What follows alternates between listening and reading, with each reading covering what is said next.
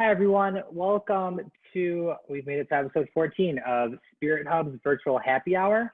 Right here, we're joined with Cody. He's from Jones Distillery in Hopkinsville, Kentucky. Cody, you want to say hello? Hey, how's everybody doing? Awesome, actually. So just to give everybody a heads up of who we are, Spirit Hub is an online retailer that proudly supports independent craft distilleries across the United States, and that's independent meaning independently owned. We are your direct-to-consumer platform in the state of Illinois. We deliver to every single zip code in the state of Illinois at the current moment. Also trying to get to multiple states in the future, which is super exciting. Outside of that, we carry over 200 distilleries with over 1,300 products on our platform. Obviously, we've done this before. This virtual happy hour is supposed to be super fun and entertaining.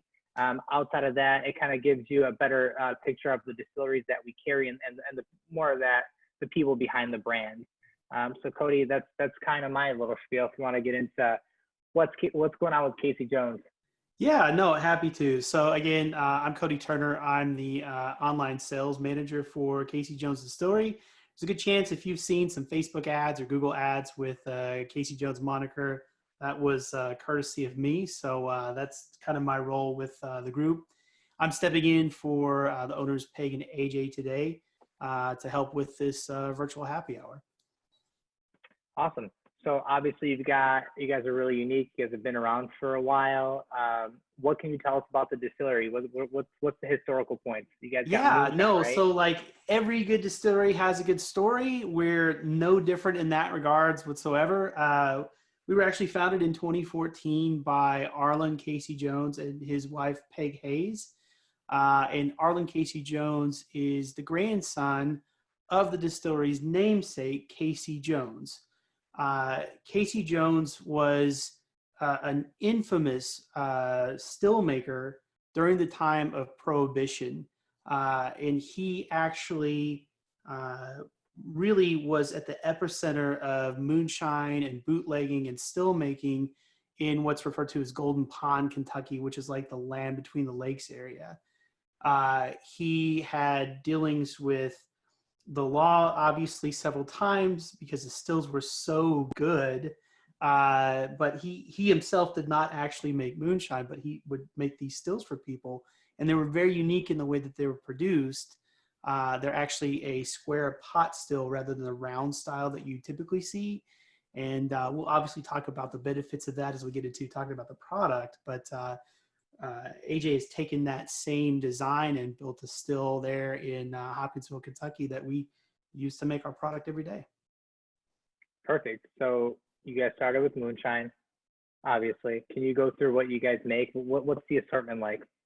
Yeah, so we obviously started with moonshine when we first started distilling, and we've got a couple of different clear moonshines that we make. There's a Casey's Cut, Total Eclipse moonshine, which we actually have a bottle of right here that was bottled during the Eclipse a couple of years ago, which obviously made some major headlines. And then we're doing some really cool stuff with like our flavored moonshines. We've got like a muscadine grape, we've got an apple, and we've got a peach. Those flavors are all unique in that they're really more natural flavor. They're not that saccharine sweet flavor that you would sort of associate with some of the flavored moonshines that are out there.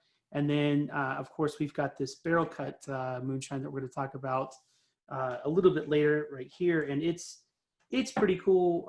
We'll get into what makes that so unique in here in a bit. But then we did add our bourbon last year around November. So that's where we're at. And we just brought that on board too. And I think that might actually be a really good transition into where we want to go. So Casey Jones Small Batch Kentucky Bourbon is newly on Spirit Hub's platform. So go ahead and get it while supplies last. But definitely, I think, we want to hear more about it. So it's all you. Yeah, bourbon's really like it's a seminal moment for a Kentucky distiller to be able to bring a product like this to market. And proud is probably the word that I would use to most encapsulate the feeling of actually being able to bring this as a Kentucky small craft distillery. Our bourbon right now, I mean, you can probably see on the camera how dark that is. This is actually a year old. It's just a year old. And that's really surprising to a lot of people to see a bourbon that's only aged a year so far and to actually see it this dark. And some of the secrets behind our success with this is, we age in smaller barrels. They're all wood fired. We never use gas in the barrels that we would fire. And there's much to do with our still, which I mentioned earlier, being a square pot. The joints and miters on that, we use silver. We don't use stainless. The process for heating up our mash, it's much more even because it's a flatter surface on the bottom. And, our master distiller, AJ, he's just really picky about what runs we get off of that still, talking about the tails and the heads off of each run. Everything that comes off that thing is crystal clear. Awesome. Do you have any flavor notes or any tasting notes that you could provide us?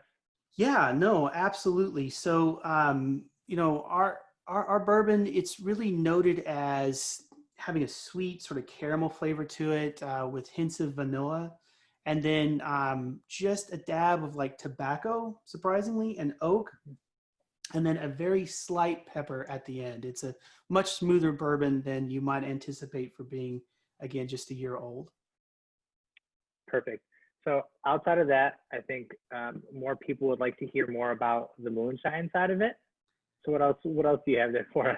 Yeah. So we briefly touched on the Total Eclipse earlier, which was bottled during the Eclipse a couple of years ago, and then we mentioned this barrel cut, right? And this is a really unique product for most moonshines, actually, moonshine brands out there. This is, as you might imagine, a barrel-aged moonshine.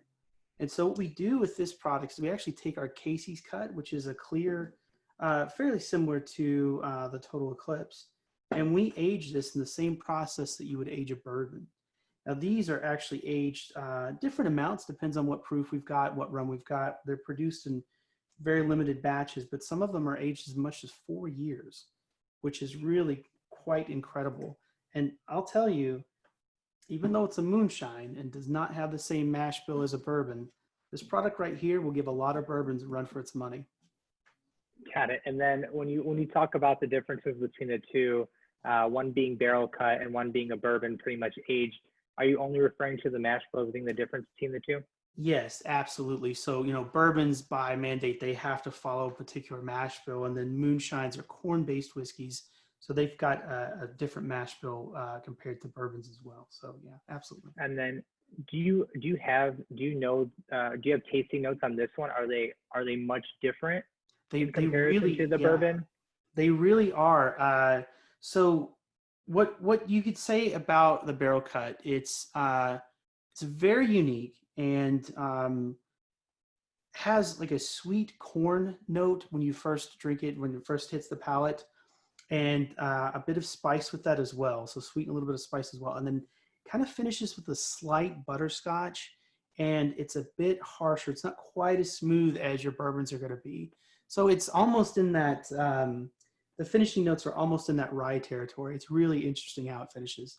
It's a very unique product. And I would say if one of the things that would probably surprise people the most about any of the moonshines produced by Casey Jones Distillery is that, when you hear moonshine, you just automatically associate that sort of ethanol, high corn flavor or scent with the product. And I mean, I'll say even something as high proof as our still proof there at the back we've got behind me, still does not have a strong corn flavor. I mean, it's present, but it's not corn forward. Yeah. I'm glad you touched on that because people are scared of moonshine. Just to hear the moonshine, you hear about, how harsh it can be and all that stuff. So I'm glad that you guys have, better tones or just better flavors when it comes to your moonshine. So definitely appreciate you going deeper into each of your spirits. I love the story. Obviously, there's a lot of history behind the brand. But next, we're going to jump into some really awesome cocktails. Perfect. And welcome back to episode 14 of Spirit Hub's Virtual Happy Hour. We're here with Cody from Casey Jones Distillery in Hopkinsville, Kentucky. Cody's got some awesome products, but also some better cocktails that he's going to be making with those. So Cody, take it away. Perfect. Thanks again for having me. I think what we have to start with is a fan favorite at the distillery, and that's just our take on the old fashioned. And this particular cocktail we're calling the Old Geezer. Now, if you've not been living under a rock for the last, umpteen years, you've probably heard of an old fashioned. We think our take on it's maybe a slightly sweeter affair, just like Southern hospitality, just a little bit sweeter. So really what you need to do to make one of these drinks is pretty straightforward. One of the key ingredients is you got to have some good cherries. Got to have some good cherries. So none of that maraschino stuff. Find yourself some good cherries and put those into a shaker or a muddler, your choice. It really doesn't matter. You can even put it in a lowball glass if you want to. And what we're going to do is we're going to just muddle these up. And this is going to add a nice sweet flavor and a bit of texture to the drink. So we've got some cherries we're just going to muddle up here at the bottom. Just get them nice and crushed. Really straightforward. And, as one of the best things about a drink like this is you can add as many as you want to or as little as you want to. So you can flavor to your taste. On top of that, we're going to take some Angostura bitters. Just put a dash in here. Real straightforward. Now we're going to add our Casey Jones small batch bourbon. And again, around our parts, we like to do about 1.5 ounces. So I refer to that as the glug, glug, glug method. Of course, if you want to get fancy and measure it out, you're absolutely free to do so.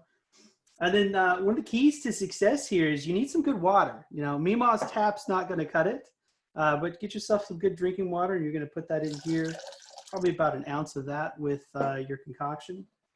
And you can shake this up or you can mix it up. It's really up to you. And we're going to pour this over some ice, just like so. Oh, God, I wish they had smell-o-vision because it smells really good. One day in the future, we'll have it. One day in the future, absolutely. So we'll pour this over the rocks, and then we're going to add just an orange wedge. That's all I got to do. And of course, you can put the orange juice in here if you want to. Some people like to get really fancy and express the peel over the drink, but we're going to just do it classy. Squeeze a little bit of orange juice in there. That's about it. Well, that's really easy. Yeah, right. That's super easy. Thanks for making that. The one question that some people might have is why the addition of water? Yeah, so if you do your research, you'll see that, and especially if you're a bourbon aficionado, anytime you taste bourbons neat, which is obviously without ice, adding a little bit of good water to that bourbon will bring out more of the flavors of that bourbon. And so we do the same thing in the cocktail. We've got our bourbon in here. We just add a little bit of water to it. It expresses more of the flavors than it normally would. It's a great question. Well, thanks for going into that. I know a lot of people have questions. I sometimes question it. I've done this enough to figure it out, but thank you for going deeper into that. So thank you for showing us that. Next, you've got another awesome, probably more refreshing cocktail using the barrel cut, I believe. Yes. So on the lighter side, we have these fantastic Moonarita kits. And so what we've got here is an old style, moonshiner style jug that says make yourself a Moonarita on it. You probably can't see this on the camera, but what's great is it's actually marked to indicate what you need to pour in it and how much and the proportions and everything. It's completely easy. It couldn't be any simpler, honestly. So what we had here is just says fill here with margarita mix. Now, it just so happens that a margarita mix of this size, which I'm sure you can probably figure out what type it is, literally fills up the bottle exactly to where you need it to. So we've measured it out to be precise with just one of these bottles. So we'll fill this up.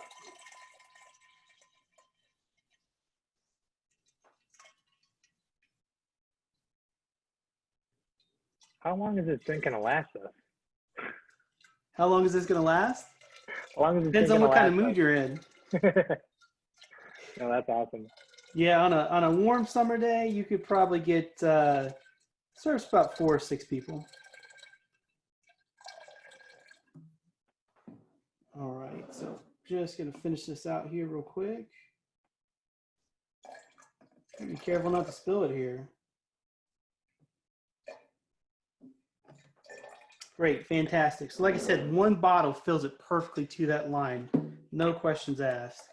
And I think this is the 33 point ounce, the 1 liter size.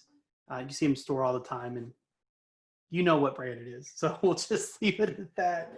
And then your next piece is to add one of our clear moonshines. Now you can use Total Eclipse like we're going to do today, or you could use Casey's Cut, or if you wanted to do something higher proof, that's totally up to you. So, and then we've got our next fill line is just right up here. And so we're going to pour just enough of this. I need to get me one of those jugs. Oh, they're super cool.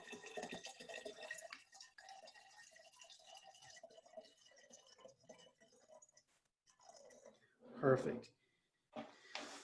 So now we've got our Total Eclipse in there. And then here's where the flavor comes in. So if you were making an apple one, you'd use our apple cut. And if you want a peach, you're going to use peach. And it's, again, just marked right there on the bottle to show you exactly how much you need to pour in to get the flavor. And then while you've got the peach on and you're pouring, do you consider the flavored ones much sweeter, or are they still kind of on the bitter side? No, they're definitely sweeter than the clears, but I just don't want to turn people off to that notion of, like, when you think of a flavored whiskey, or in this case a moonshine, I think typically most people think, wow, I mean, that's just going to be like super, super, super sweet. And the flavors here are just much more subdued. They're much more organic or natural flavor tasting. I mean, if that makes any kind of sense, it's like they're really quite pleasing on the palate. And, with some flavored liquors, the Coors especially, like just a sip of it and it's overwhelming. Yeah. This is definitely not the case with the muscadine or the peach or the apple. It's much more subdued. So here's our peach Moonarita, and I'm sure you can see with the coloration that we've got all the peach on top. So what we're going to do is we're just going to close this guy off real quick, give him a couple shakes. What's great about these bottles is you can throw them in a cooler, you can throw them in an ice bin, whatever you need to do. They're great for traveling in that kind of arrangement. And after we've done that, we'll just pour it over ice.